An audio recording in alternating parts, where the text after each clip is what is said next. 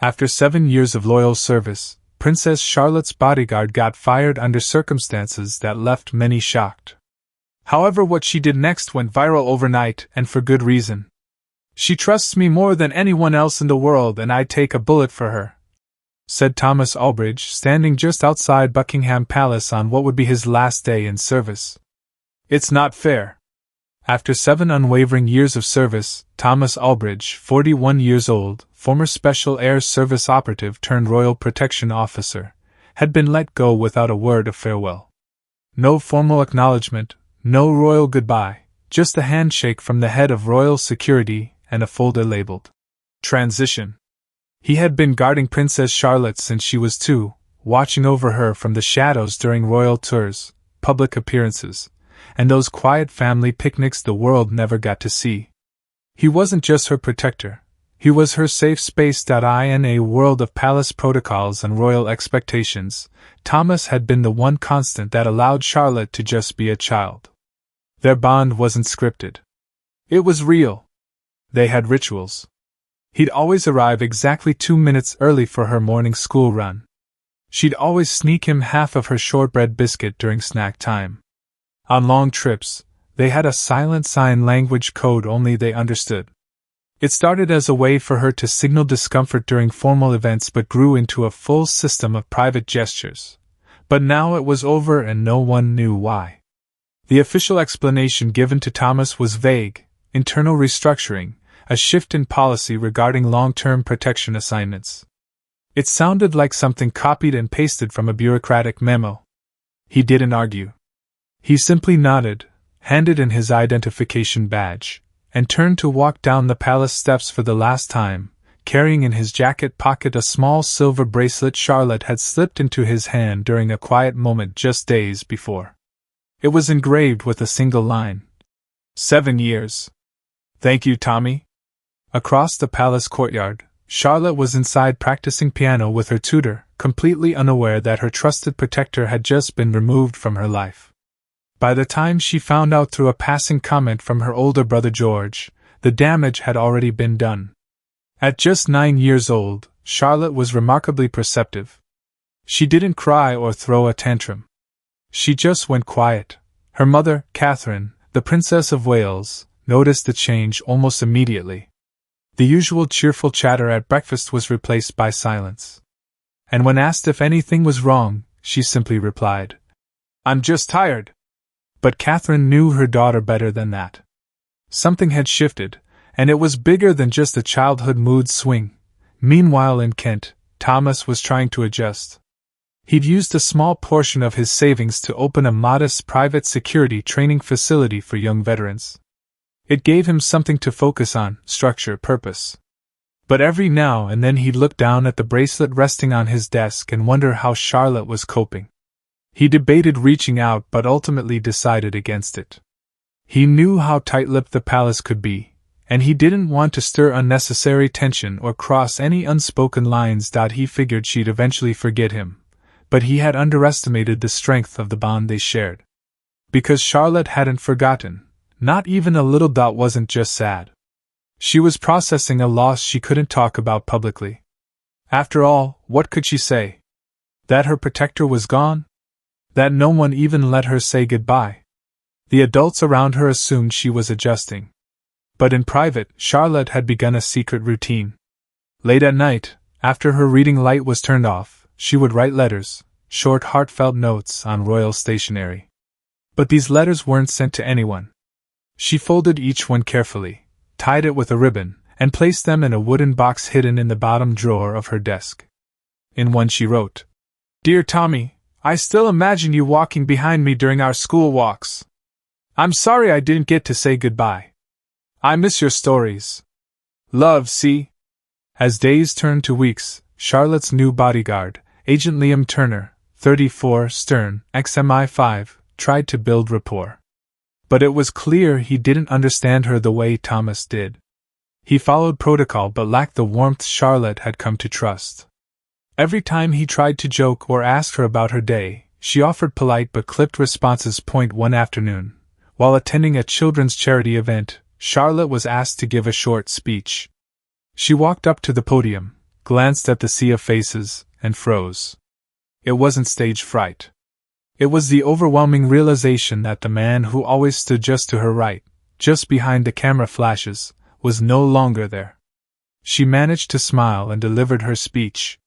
But afterward, as she sat quietly in the back of the car, William turned to ask, "Are you okay?" "I miss someone," she said simply, staring out the window. Later that evening, as William and Catherine reviewed her behavior with a longtime nanny, they were told something unexpected. "She still talks about Thomas," the nanny said. "She even talks to him sometimes when she's alone in her room." It wasn't unusual for children to form deep attachments, but this wasn't just a phase. The emotional tether hadn't loosened. If anything, it had grown tighter with the silence. Back in Kent, Thomas continued to find small reminders of Charlotte tucked in odd places. An old drawing she had given him during a long flight to Canada. A note in his work folder that read, "You're the best ninja ever." One evening, while reviewing applications for his training course, he came across a thick envelope in his mailbox. There was no return address. Inside were a series of printed photographs, Charlotte at various events, standing beside her new guard. On the back of each photo was a small message written in pencil. "Still smiling, but not the same." Thomas didn't know who sent them, but he had a guess. Margaret, the family nanny, had always known he had a soft spot for the little princess. He tucked the photos inside the bracelet box and stared out the window for a long time. Meanwhile, Charlotte began to quietly plot something of her own. It was just a regular Thursday morning when Charlotte, dressed in her Navy school uniform, refused to come down for breakfast. "Not hungry," she muttered from under the covers. Catherine gently sat on the edge of her bed. "Lottie, are you feeling unwell?" Charlotte shrugged. "Number just tired." But the Princess of Wales could see it wasn't fatigue. It was something deeper. Charlotte was always an early riser, the kind of child who organized her books and brushed her doll's hair before anyone else was up. Now it was as if the light in her had dimmed. Later that evening, after putting her to bed, William and Catherine sat with Charlotte's longtime nanny Margaret and voiced their concerns. She took a deep breath before speaking. "She's still grieving the loss of Thomas. She may not say it aloud, but she hasn't been the same since he left." William looked away. He'd suspected it, but hearing it out loud made it undeniable. "She didn't just lose a guard. She lost a friend." Catherine shook her head. "She's not moving on, Will. She's holding on to someone who's been completely cut out of her life without warning." Then Margaret said something that surprised both. "He misses her too, you know," she remarked. And that's when William did something he wasn't sure he was allowed to do. He made a discreet phone call. 2 days later, Thomas Aldridge received a short email. "Would you be open to a private conversation?" Princess Charlotte sat on the floor of her bedroom, legs crossed, surrounded by a pile of old photos, videos, and tiny keepsakes. A pink laptop rested on her knees, her personal device monitored by palace staff but not in real time. Next to her, her stuffed bunny sat upright, as if helping with the mission. She had a plan. Ever since her cousin Emily had shown her how to make a private slideshow with music, Charlotte had become obsessed with telling stories through pictures and videos. Now she was creating something very different. A tribute.it began as a simple project, a short video of her favorite memories with Thomas. But as she scrolled through photos on a hidden flash drive, birthdays, walks in the gardens, a time they'd built a snowman in Balmoral, it turned into something else, something deeper, a farewell. Charlotte selected background music, a soft piano instrumental. Then she recorded her voice. "This is my bodyguard. His name is Tommy. He protected me every single day for 7 years. He made me laugh. He taught me how to stay brave when I was scared. And one day he just disappeared." Her voice cracked slightly at the end. She paused the recording, took a deep breath, and started again. Over the course of several evenings, Charlotte refined the video. She included scanned drawings he helped her with. The final shot was the bracelet she gave him, held up in front of the camera lens, with her whispering, "This is for you." But there was one problem: uploading it. Charlotte knew how strict palace guidelines were. Every email, every text, even her drawings were reviewed by staff. But her cousin Emily had shown her a trick: how to create a private YouTube account that wasn't tied to any family profile. It would look like any other anonymous upload. The videos sat in draft mode for 3 days. She would open the tab, hover over the publish button, and close it again. She wasn't scared of the consequences. She was scared of being misunderstood. Back in Kent, Thomas sat quietly across from Prince William in a private cafe on the outskirts of London. She hasn't been herself, William admitted. We didn't realize how much you meant to her until after you left. I didn't leave, Thomas replied gently. I was let go. William nodded slowly. I know, and if it's any consolation, it shouldn't have happened that way. They parted without promises of reinstatement, but it was a moment of closure, respect, recognition. The next day, Charlotte woke early. The palace was quiet. Her tutor hadn't arrived yet. Breakfast hadn't been called. She sat in front of her laptop, heart pounding, hands cold, and with one quiet click, she hit publish. The tribute video went viral overnight. But Charlotte had no idea just how fast the world was about to react. By noon the next day, the palace press office was overwhelmed. It started with a handful of shares on a royal fan forum. Then a parenting blogger reposted it. By 2 p.m., the video had gained over 200,000 views, and by dinner time, it had hit 1.4 million. The video was anonymous. No face, no signature, but anyone with half a clue could tell it had come from someone close, someone personal. His gentle presence in her life was clear even to strangers. But what truly stunned viewers wasn't the imagery. It was the voiceover. Charlotte's young, genuine voice spoke with a grace and maturity far beyond her 9 years. He wasn't just my bodyguard. He was my friend. And even though I'm a princess, I don't always feel brave.